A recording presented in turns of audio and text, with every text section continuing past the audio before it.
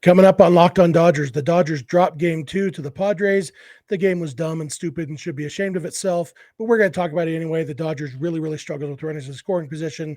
That was the main story of the game. We're going to talk about a questionable pinch hitting decision by Dave Roberts. We're going to talk about some good news out of the bullpen from the Dodgers and a lot more about this game. So let's get Locked On Dodgers.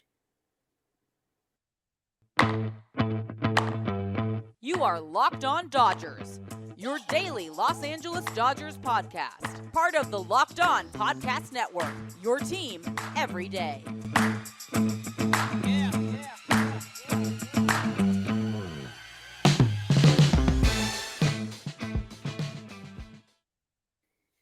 Hello, Dodger fans. This is Locked On Dodgers, part of the Locked On Podcast Network, your team every day.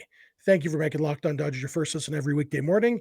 Remember, this show is free and available on all podcast platforms and on YouTube simply by searching for Locked On Dodgers. Or even better, go ahead and subscribe wherever you're watching or listening right now, and then you will never miss a day because you know we're not going to. If this is your first time with us, I am Jeff Snider. That guy next to me is Vince Samperio. Vince and I are both lifelong Dodger fans just like you are. We've also both spent time covering the Dodgers in the press box of the locker room. So we're not quite insiders, but we bring you the smart fans perspective on our boys in blue every weekday morning.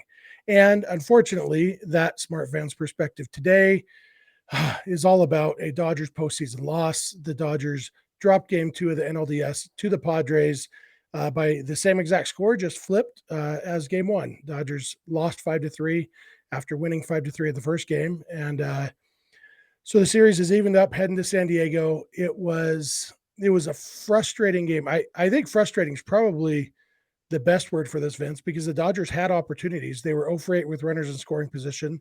And I feel like that's basically the story of the game. There's plenty of other little things to talk about, but the story of the game was that they had a lot of opportunities to get runs in and they didn't get it done.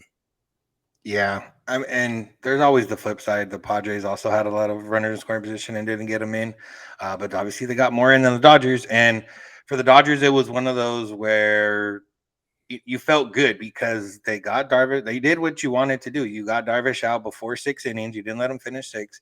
You got 3 runs off him. You know, you did what you needed to do. Got into the Padres bullpen, and it looked like it was going to be a good thing because they kept getting runners on, but they just couldn't hit them in.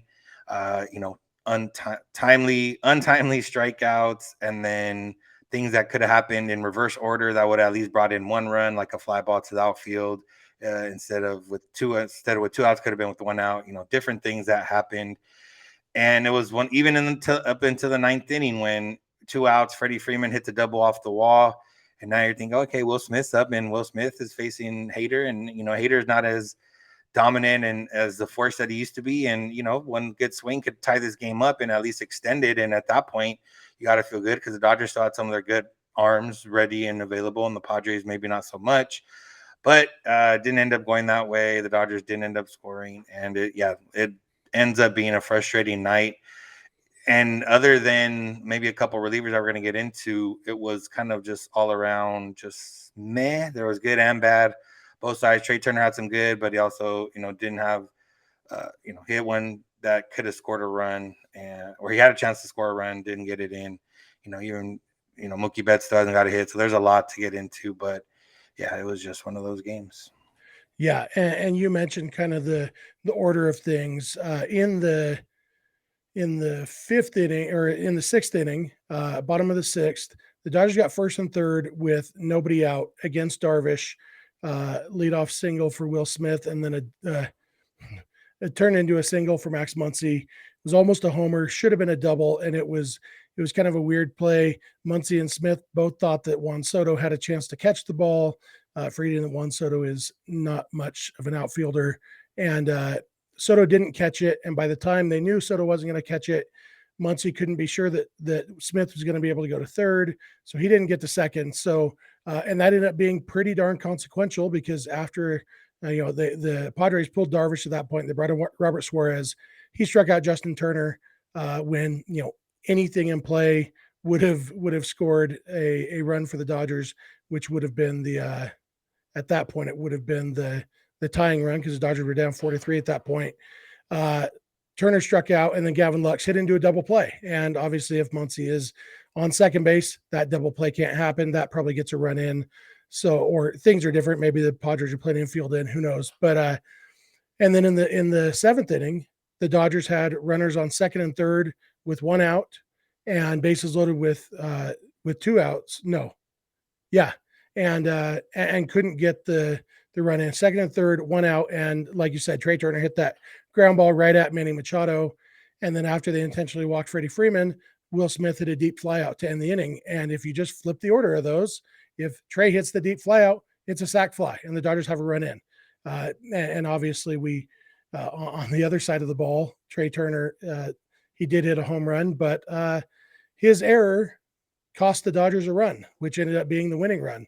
The Padres tacked on an insurance run on a home run off Blake Trinan, but the fourth run for the Padres, the one that put them ahead for good, scored because Trey Turner tried to rush a double play instead of making sure to get the first out and ended up getting no outs. And the Padres scored a run there. And it's those little things that when you're in a game where you're not getting hits with runners in scoring position, you can't necessarily afford to have errors on defense that cost your team a run.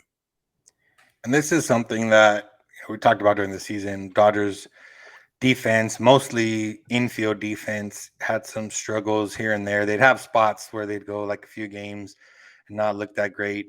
But to this point, I mean, yesterday they turned that nice double play on Will Myers that ended up being the biggest play of that game, and just couldn't get it done today. Later on, there was another one that ended up extending an inning. Didn't end up costing them a run, but the inning did get extended. And yeah, it's one of those where you can't have two things go wrong. You can't be not bad on defense, but you can't be like below average on defense, below average on offense, and average pitching wise. I would say it was average for 5 runs in 9 innings is average, even though one of them ended up coming at the cost of defense. But you have to have at least 2 of those 3 things clicking in order to win a game, especially in a game like this. Like I said, the Padres are a talented team. We know that they can keep up with the Dodgers. They don't maybe have the depth, but top to bottom and lineup wise, they, especially the way the bottom of the lineup for the Dodgers performing right now, they have a chance, and that's what they're doing. And today their big guy stepped up in Machado. He had the home run and had a big hit later on.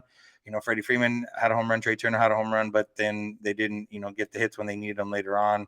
And Mookie Betts, like I said, still hasn't, really shown anything so far in the first 2 games, but that can easily change. Yeah, it was just, it's one of those games where you think, oh man, these are the Dodgers that we remember in October, not leaving guys on base, making one little mistake here and there. And it just kind of becomes one of those games where like, man, that's a game they should have had. They probably, could have had if just a few things go differently. Yeah, absolutely. And I think it is important to not draw grand conclusions from a bad game. This was a bad game, but most of the stuff that happened was baseball. The order of the hits, that's baseball. Even making an error on that, obviously you can't afford to have an error there, but it's not indicative of, the Dodgers defense sucks. It's just Trey Turner, watch that play. And there were some positive things from the game that we're going to come back and talk about in a minute, including a couple defensive plays, even in that same inning. We'll talk about those. We'll talk about a couple relievers that really stood out and, a few other positive notes. And then in the final segment, we are going to dig into Dave Roberts' decision to use Austin Barnes as a pinch hitter. So that's what's on tap. So thank you for making Locked On Dodgers your first listen every weekday morning. And please keep it Locked On Dodgers. Hey, do you ever have to wear a dress shirt? And if so, do you hate it?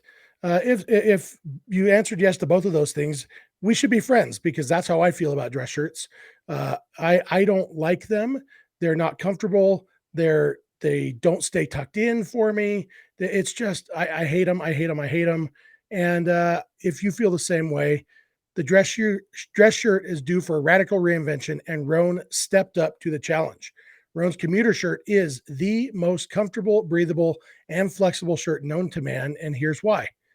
Mobility is everything. Roan's comfortable 4-way stretch fabric provides breathability and flexibility that leaves you free to enjoy what life throws your way, from your commute to your work to your 18 holes of golf. It's time to feel confident with a wrinkle-free shirt without the hassle. With Roan's wrinkle release technology, wrinkles disappear as you stretch and wear the shirt. It's that easy. And with Gold Fusion anti-odor technology, you'll be smelling fresh and clean all day long. And on top of that, Rona is 100% machine washable, so you can ditch the dry cleaner altogether. The commuter shirt can get you through any workday and straight into whatever comes next. Head to roan.com/lockedon and use promo code lockedon to save 20% off your entire order. That's 20% off your entire order when you head to RHONE.com/lockedon and use code lockedon. It's time to find your corner office comfort. All right, we are back, and there were some positives here, and we're not gonna blow smoke up your backside and say that this was a good game, but there are positives to come out of this. And actually, before I get to the positives of the game, Vince, do you remember a guy, a Dodger named Mitch Jones? Was that his name? Back in 2009, when Manny Ramirez got suspended for steroids the first time, the Dodgers called up a guy, an outfielder named Mitch Jones. He played 8 games with the Dodgers, batted .308, went 4 for 13 with a double and a run scored. Also struck out 6 times. And that was the entirety of his Major League Baseball career. They were not bringing back the obscure former Dodger segment, even though it sounds like it. I'm going to tell you a funny story, Vince. Today, I was at my son's baseball game down at the local high school here in Grove, Utah. And my son had just finished pitching an inning, and I was sitting kind of by their dugout. And so he and I were talking. He came over and we were talking. I was, just giving him some tips and encouragement and stuff. And then a guy walks over to me and says, this is going to sound like a weird question, but are you the guy from Locked On Dodgers? And I said, yes, I am. And he heard my voice. And he said, I hear your voice everywhere. He doesn't listen to the show, so I'm not going to name him by name, but his wife, Lauren Jones, who is the sister-in-law of Mitch Jones, listens to us every morning. And so Mitch's brother, whose name I will not name because he's not a listener, he recognized my voice because he hears my wife, or his wife, listening to us every day. So I thought that was pretty cool. And it's fun to run into a Locked On Dodgers listener in the wild, even 661 miles from Dodger Stadium. So that was pretty cool. And the sister-in-law of a former Dodger listens to us every day. So that's pretty cool too, right, Vince? That is pretty cool. And yeah, you're out there. We got listeners everywhere, apparently. So that's a good thing. And it's good to know that I sound the same when I'm giving my son a pep talk as I do on the podcast. I don't have a radio voice. This is Jeff Snider coming to you from Locked On Dodgers. I don't know if he would recognize my voice if that was how I did the podcast. And we probably wouldn't have any listeners. But back to the show. The Dodgers, they did lose, but there were some bright spots. We're going to talk about a couple of relievers in just a minute. But one of the bright spots, and this is definitely silver lining kind of stuff, the Dodgers did have a lot of opportunities with runners in scoring position. And that is a good thing. It would have been worse if they had just got shut down. Even if, they get the 3 homers off Darvish and then don't do anything else the rest of the game, kind of like yesterday in game 1. But they had runners in scoring position. They had opportunities. And I do think most of the time, given these same opportunities, the Dodgers score 4 or 5 or 6 runs in this game, You are more of the optimist than I am in that regard. That's right. It's October. You don't have optimism in your blood in October, do you? I do not. Although I did feel calm before the game, but that proved to be, maybe I need to feel nervous. I can't get calm because I'm too on edge. All right, then let's talk about the stuff we can agree on, shall we? Yeah, let's move on. Couple relief pitchers. Dave Roberts said before the game that Alex Vesia was available. I think you and I probably both knew that was a lie. That was a no point telling the Padres that our only lefty reliever isn't available before the game because they weren't going to use Alex Vesia after he got 5 outs the day before. And we wondered, well, what will they do when the Juan Soto part of the lineup comes up? And it turns out in the 7th inning, they went with Yency Almonte. And in the 9th inning, they went with Tommy Kahnle. And both of those guys looked outstanding. Almonte got behind all 3 hitters. Both of those relievers faced the 1, 2, 3 guys in the order. So Ha-Seong Kim, Juan Soto, Manny Machado. Almonte got behind all 3 of them. He went 3-0 on Kim. He went 3-1 on Soto and 2-0 on Machado. But at the end of each at bat, the dude was swinging at strike 3. Almonte struck out all 3 batters he faced.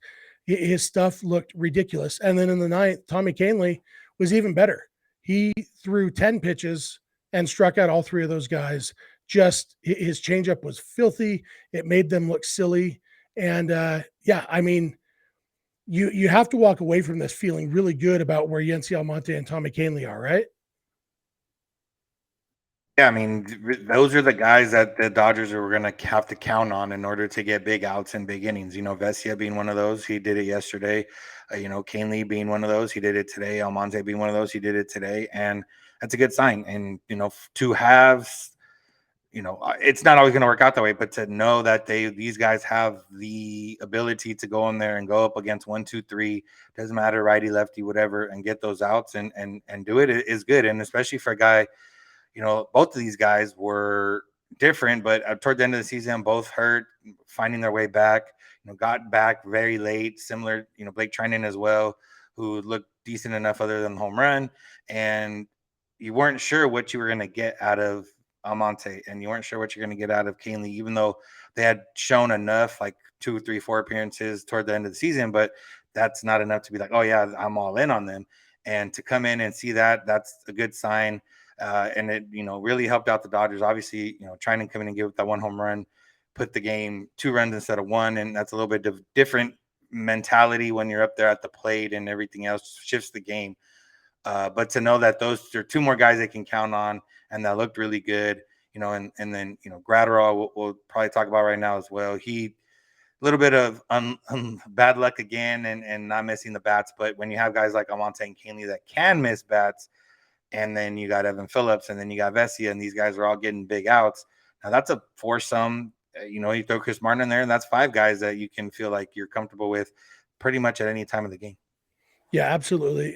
Talking about Gratterall, it would be nice to see him. He did have stages this season when he was missing a lot of bats, and he didn't do that tonight, and it cost him. The whoever it was that got on the bloop single to lead off the inning. It's like that's what the risk you run when you don't get swing and miss. You get soft contact. Sometimes soft contact drops in.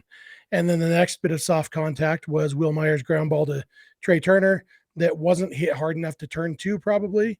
And instead of Trey Turner just accepting that, charging it and getting the out at second, he tried to rush it to try to still get the double play and ended up getting nobody.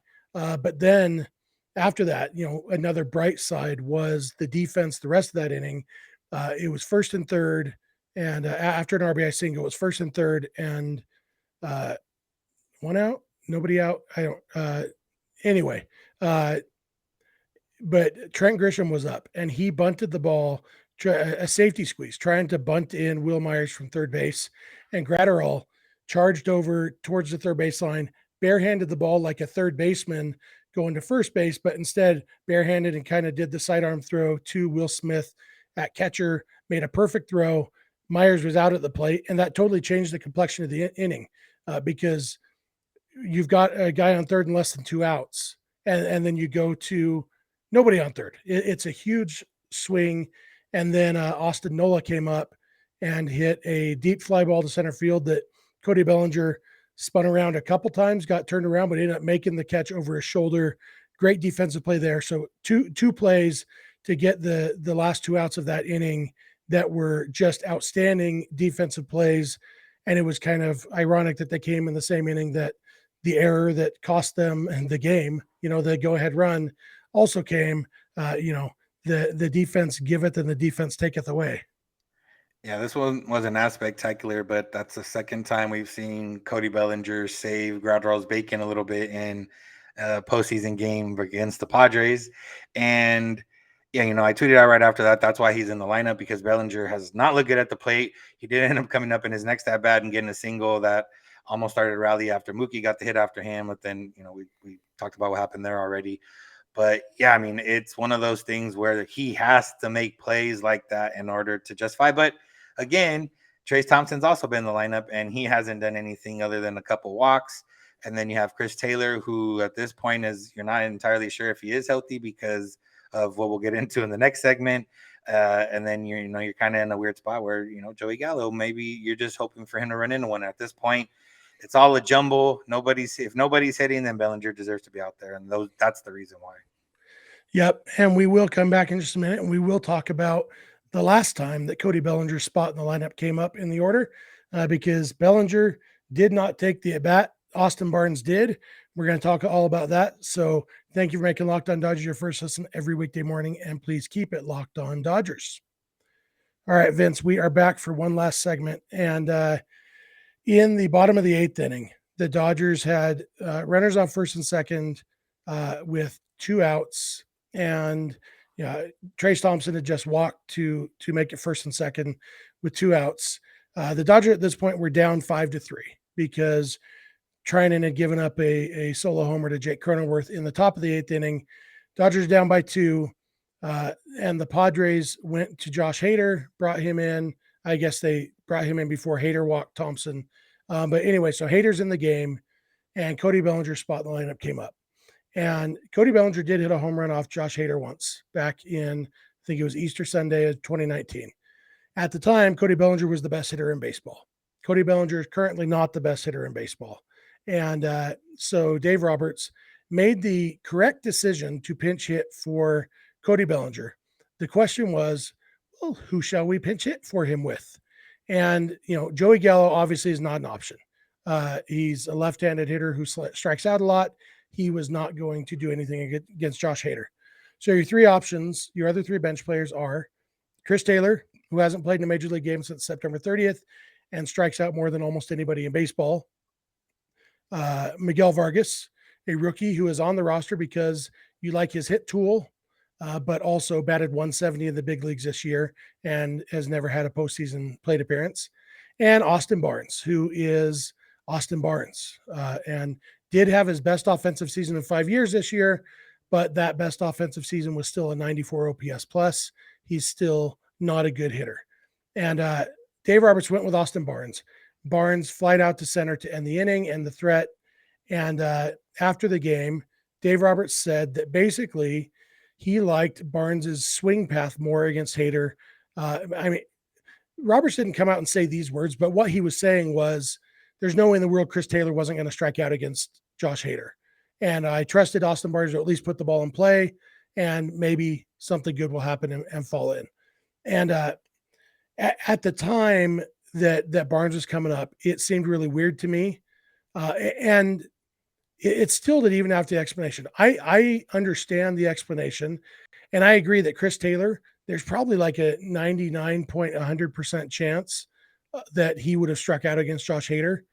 But there's also, if he did, Chris Taylor had a better chance of hitting a home run than Austin Barnes did, or even an extra base hit. And the Dodgers were down by 2 runs. And I know it's only the 8th inning, even 1 run gets you closer, et cetera, et cetera. But in that situation, it seems to me like you're interested in possibly getting a big hit, an extra base hit. And I don't think Barnes was very likely at all to do that. Personally, I think I would have gone with Vargas, even though he's unproven. He's at least, I think everybody probably agrees that fundamentally Vargas is the best hitter of the 3 guys, even though he hasn't done it much at the big league level. I don't know, Vince. After Dave Roberts' explanation, I understand why he did what he did. I still don't necessarily agree with it, though. Yeah, and before even that explanation, me kind of thinking in my head was, I guess he's playing for he's playing for contact. You put the ball in play, hope something happens, and then you got your top order coming up after that. There's ways to justify it to make it make sense, but there's also a lot of ways to not justify it, and it doesn't make as much sense. Chris Taylor, if it was between Chris Taylor and Austin Barnes and what we know and about Chris Taylor just in general, even when he is healthy and now if we're not entirely sure if he is 100% healthy, ready to go, maybe you take Barnes and it's not as wild. But then when you got, between Barnes and Vargas, there's just a lot of different things. Hader's pumping 98, could maybe touch 99 if he ramps it up. Vargas is younger. He's probably not going to be intimidated by velocity. And with Hader, and Vargas. There's not as much video out there. So if they put in the pinch hitter, even if the coach comes out to talk to Hader or Nola goes out and they have some kind of scouting report, it's very limited in what that scouting report is. You don't entirely know, even if you bring in his minor league stuff, that's a completely different ballgame because nobody's throwing like Josh Hader in AAA and AA more than likely. So I just think he's more likely to run into one and probably put one in the gap or over the wall. Whereas Austin Barnes, you're kind of playing, like you said, for the single. And Austin Barnes used to be a very patient hitter and had a higher walk rate. His walk rate has dipped a little bit. It was higher than it was last year, but it's dipped a little bit from the past, if I'm not mistaken. And, he swings at the first pitch after Trace had just walked. And it's just like, even if it was dead red fastball down the middle, Austin Barnes, like, I don't know if I can trust you to swing dead red at a fastball right now. And at least at the very least, make Hader a little bit more uncomfortable by taking a pitch, whatever the case is. But yeah, it was weird. Realistically, it was kind of just a tough spot to be in. Hader's a tough guy to kind of match up against because, when he is rolling and he is good, he's one of the best relievers in baseball. But yeah, to go with Austin Barnes there, numbers wise, maybe it doesn't make the most sense. Looks wise doesn't make the most sense, and just baseball wise doesn't make the most sense. But if it would have worked out, it would have been cool, and Dave Roberts could have bought a lotto ticket, but it didn't work out. Yeah, and to play devil's advocate on two things. One, Barnes swinging at the first pitch. What's his name? Josh Hader. Josh Hader knows who Austin Barnes is, and he's going to challenge him with a fastball right there, and so Barnes is, we've seen him this year. I think he set a career high in home runs this year. And so his best chance to actually get that big hit probably was ambushing a first pitch fastball. Unfortunately, he's still Austin Barnes, so he wasn't able to do that. But I could see why they did that. And then the devil's advocate on the Miguel Vargas thing, you mentioned there's not much scouting report on Vargas and his minor league stuff you could throw out the window because there aren't pitchers like Josh Hader. Well, also there aren't pitchers like Josh Hader in the minors, and so Miguel Vargas has never faced a pitcher like Josh Hader, which probably reduces his chance of being successful. Which brings me back to the main point, which you touched on at the end, which is the point of having a pitcher like Josh Hader is it puts the opponent in a situation where there are no good answers. And your 5 options here were let Cody Bellinger hit against Hader, bad option. Let Joey Gallo hit, bad option. Let Chris Taylor hit, bad option. Let Miguel Vargas hit, bad option. And let Austin Barnes hit, bad option. That's why you have a Josh Hader, because there are no good options. And ultimately, even though this decision is kind of the talk of the game, it's not what cost them the game. It was only one of the 8 offers that they had with runners in scoring position. It wasn't the error that let the winning run score. It wasn't the hung slider that gave the Padres the insurance run. It was one situation where no matter who the Dodgers sent up to the plate, chances are the third out was about to happen. And so, I'm inclined to give Roberts a little bit of a pass, even if he didn't do the move I would have done, because chances are whatever move he did was not going to be successful, which kind of sucks, but that's kind of how baseball is sometimes. I mean, that's the reality, is that there wasn't really a strong choice. It was just, you're kind of, everyone has their pros and cons, and he decided that Austin Barnes was the most pro, I guess, in that sense. So yeah, and it could have even been a confidence thing. Chris Taylor hasn't played in 2 weeks. I don't want to throw him back in against Josh Hader and mess with his confidence, have him go right back to striking out. Miguel Vargas is a young guy. I don't want his first postseason experience to be striking out against Josh Hader. And so maybe it was like, okay, Austin Barnes has the most mental fortitude to handle making the third out against Josh Hader. There's a lot that could have gone into it, but ultimately there were no good options, and chances are they were going to get out right there anyway. So, yeah. At the very least, all the options were better than Steven Souza Jr., who was taking these type of at-bats last year. Yep. Yeah. And that's true. And yeah, the bench isn't super strong this year, but it's definitely stronger than it was last year. Last year it probably would have been Albert Pujols in that situation. And 2021 Albert Pujols was better than 2018 through 2020 Albert Pujols, but not nearly as good as 2022 Albert Pujols. So chances are that third out was going to be made no matter who they sent up to the plate. So ultimately, Dodgers lost the game. The series is tied 1-1. They now head back to San Diego, or head down to San Diego.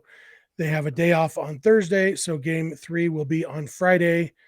And hopefully the Dodgers can jump on Blake Snell. We did find out that Bellinger will not be in the starting lineup against Snell. Chris Taylor will be in left, and Trace Thompson will be in center. We haven't heard, at least last I checked, about Miguel Vargas. I wouldn't be surprised if they sit Lux and have Vargas play somewhere, either Vargas was taking ground balls at second base the other day. So, I wouldn't be surprised if they try to get Vargas bat in there. I wouldn't be surprised if they give Will Smith the day off and let Barnes play, just based on Barnes' history against Snell, although I am still in favor of going with Will Smith because he's a better baseball player than Austin Barnes. But yeah, there will be a lot of intrigue about the lineup against Snell. The only thing we know so far is no Belly, yes to Taylor and Thompson. But yeah, you got anything else to say for this episode, Vince? Clayton Kershaw started this game and, didn't necessarily factor into it at the end. He had okay performance similar to Julio. He labored a little bit here and there, didn't have a slider, which, is what he needs to kind of have that success. His slider was in and out. It was good when he needed it a few times, but not so good the other times. He didn't really have the curveball, and that, if you don't have the slider on the curveball, it's a little bit hard. Probably he could have won another inning in theory. And if this was like game 3 or 4, where they were going to have multiple games in a row, already had multiple games in a row and needed to save their bullpen, I do think he probably goes the one more inning. But the Dodgers, with the day off and rested guys in the bullpen, they were able to use them.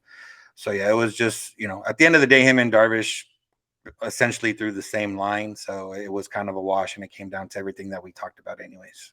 Yeah, and it was the same line almost exactly that Julio had the day before. 5 innings pitched, 3 runs allowed, 6 strikeouts, no walks. Only difference is Kershaw allowed 2 more hits than Julio did. Kershaw did have 12 swinging strikes, including 11 against the slider, 1 against the curveball. So yeah, he had some good stuff. Unfortunately, he also had, actually looks like 13 swinging strikes, but he had 14 foul balls, and there was definitely that inability to put guys away sometimes. But yeah, he had the same performance as Julio, and the difference is the offense didn't show up. Otherwise, he would have been the winning pitcher the same way Julio had been. So That's going to do it for us today. Thank you all for making Locked On Dodgers your first listen every weekday morning. It does mean a lot to us. Hope you will continue to do that. Now, for your second listen, check out the Locked On MLB podcast. MLB expert Paul Francis Sullivan brings humor, passion, and unique perspective on every team and the biggest stories around the league. Follow the #1 daily league-wide podcast, Locked On MLB, on the Odyssey app, YouTube, and wherever you get podcasts. If you're not watching or listening to Locked On Dodgers every day, please add 1 or 2 days a month to your rotation. Please definitely check us out all postseason. We will be with you, hopefully, into early November to eventually celebrate a Dodgers World Series victory with all of you. I am really looking forward to being able to throw in world champion Los Angeles Dodgers back into our intro script. So that's what I'm looking forward to. So please be with us every day. You can follow us on Instagram and on Twitter at Locked On Dodgers. Vince is on Twitter at Vince Samperio. I am on Twitter at Snidog, and the DMs are open in all of those places. You can also email us anytime you want at lockedondodgers@gmail.com, or you can send us a voicemail or text message at 323-863-LOCK 5625. We are here every weekday morning, and we hope you'll be here with us. When you get in your car or sit on your couch, tell your smart device to play podcast Locked On Dodgers. And remember, you don't have to agree. You just have to listen. We'll talk to you tomorrow. Have a good one.